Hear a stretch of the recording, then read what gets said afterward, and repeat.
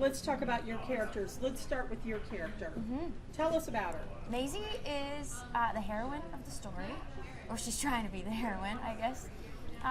She's a small town little girl. She's never left, and she adventures out of the town that she grew up in to try and save it. And she meets new friends and brings them back with her. I think she's very accepting. She's pretty goofy. I think that she's braver than she thinks she is, which is a lot of us, I think.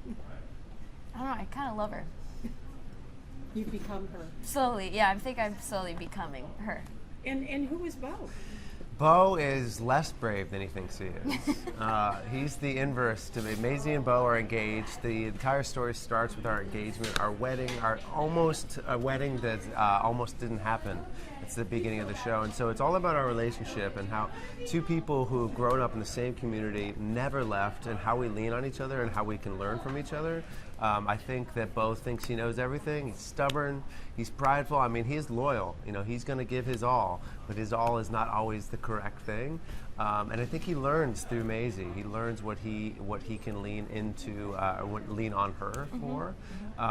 And Maisie, like she said, she's our heroine, and he needs to find that out. And I think it's very relatable, especially as a man thinking like, I know what's right. I'm going to lead this relationship, and really he takes the back seat, and he really learns a lot through his partner.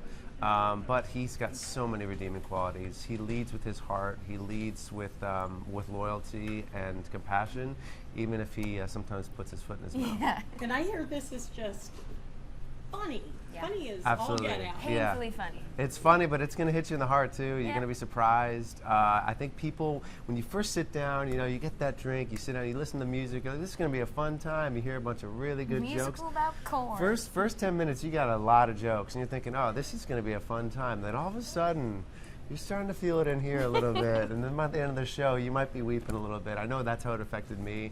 I think they did a great job of a brand new, it can't be like overstated enough, a brand new musical, brand new story, and brand new score. And I think that's something that's rare these days, and for you to sit down and feel like, I don't know this story, I don't know these characters, I don't know this song, but then feel so connected to them by the end of the night is a powerful thing. Excellent. Yeah. Great job. Tell us about your character. Lulu is quippy, and she is sassy and strong, and she knows everything about everything that's going on in the town, and I think she keeps everybody sane because she runs the whiskey distillery, you know, so definitely can keep everybody. You come see Lulu and your day will be good, you know. But I think she holds a lot of wisdom in the town, and there's definitely a shift in how everyone else shows up in Cobb County from Lulu. So it's giving like a bit of a matriarch of the town, and also, you know, she's a rock to Cobb County is what I think. Are you surprised it's called Shucked, or is that kind of an analogy for how you're going to feel when you leave? Well, I mean, I always think the Shucked is always kind of like implies kind of the tone of our show. I think it's about corn, but it's about so many other things. It's very funny, and it's quirky in some new way. I think it catches your eye and your ear, if you will. Sorry, grown. But no, I remember when I first got this audition years ago. I was like, what is this corn show called Shucked? And it's just so much more than corn. It's just a really good time. So why should somebody come see this? Oh, because you've never seen anything like this before. And I think that if you ever are faced with like a season of shows and you don't have any idea what one of the shows is, that's the one that you should see, because there's so many adaptions and so many things. So you're going to go in, you have no idea what you're going to see, and you're going to walk out with knowledge and an experience that is singular to you. It's even different than the Broadway production, so you're going to have something that those around you didn't have, and you should bring all of your people to see it so that you have a shared So if experience. somebody saw it on Broadway, this is different. Yeah. Yeah, both of us were in the Broadway Yeah, cast. yeah. We've been with the show for quite some time, and it's one of those shows that's like hard to quit it. You know, it's like, it's like, you know, we have kind of a very close family, and it's exciting that the family is growing. But it's a show that everybody involved in it are like mildly obsessed with it.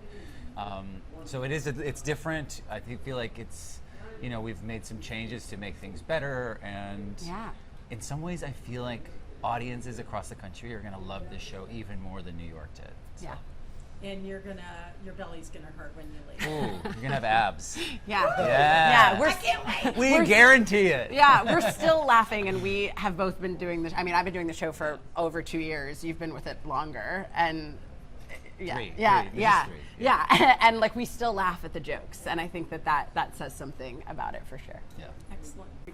How did you come up with the name Shucked? Well, like so many things on the show, it was decided by committee. So that wasn't, I actually didn't want the name Shucked originally. I think I had called it Corn or like something like the Ballad of Bo and Maisie.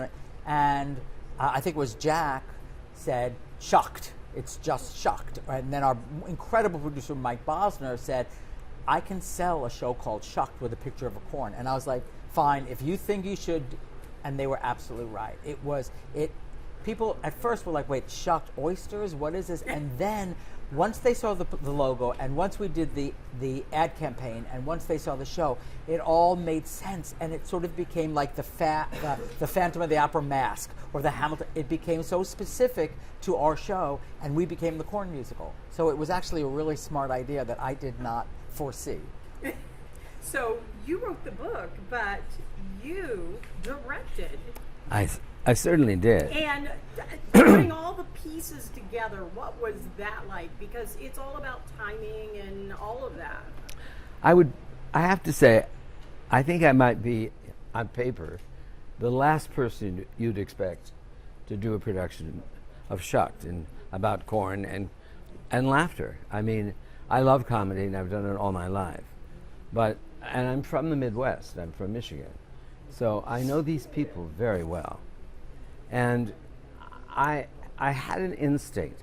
I'm at the point in my life right now where it blurred out whatever happens. It's not edited and there's no safety net here.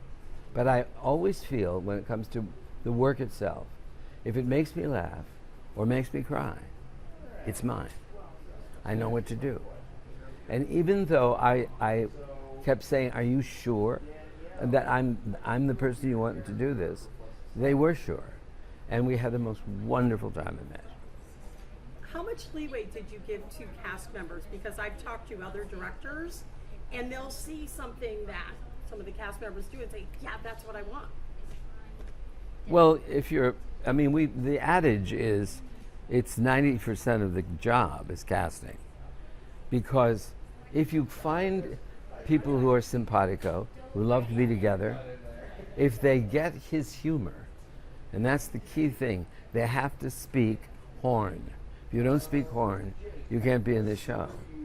And when that happens, then you give them great leeway because they're not only interpreting, they're contributing.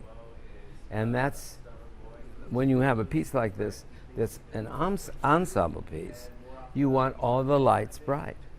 You don't want anybody left behind or confused or hurt. You want to say, come on, let's have the best day of our lives. And that's what we did. And finally, why should somebody come see Shucked? And I'm going to give each of you a shot. Because I have a mortgage. No, because the wonderful thing about this show is it's so unexpected. And yes, come because you want to laugh. Come because you want to experience this kind of humor and this kind of joy with your family and your friends. Come because you want to cry and see the unexpected. It is a non-traditional, traditional musical. It's not what you expect. It gets you from the minute you come in, and it does not let you go. And I'm not going to add a little bit to what Mr. O'Brien said, which is there was nobody better or nobody else that could have ever done this show. Because, as you may or may not know, Mr. O'Brien won a Lifetime Achievement this year at the Tony Awards for his body of work. And Shucked is such a delicate musical because the comedy is so specific and it floats. And if you don't know how to bring it down to the truth and the emotion of what the actors are playing on stage, it will float away. And nobody is able to find the pathos and the humor of a piece of theater like Mr. O'Brien. So there was no other choice. And congratulations on your Lifetime Achievement Thank Award. you. It took a lifetime to do it.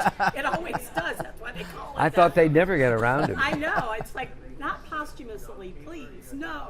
And do yourself a favor, go on YouTube and watch his speech, because if you love the theater, it will change your I life. will have to watch it. And why should somebody come? Well, look, these are difficult times, and we're under a lot of stress. We're under a lot of concern. We don't trust each other. We're not as comfortable being together as we were when we started out. I'm happy to say, when you see something in the theater that moves you, you can be moved in various different ways. You can tear up, you can sob, you can be quiet and think this is deeply moving, but I don't know what to say. There's only one way to laugh. It's the involuntary expulsion of all the air in your body that you didn't plan to do and you didn't see coming. And what it does is it reminds us of our humanity. We can be different for a lot of really wonderful reasons, but we can only laugh together one way. And that unites us. It affirms our journey forward. It makes the day brighter. I think we undervalue comedy because people like Robert Horn are so gifted, and the company, that they make it look easy. It's not easy to make an entire room of strangers involuntarily laugh together exactly at the right moment is God's miracle. And I think we need to laugh.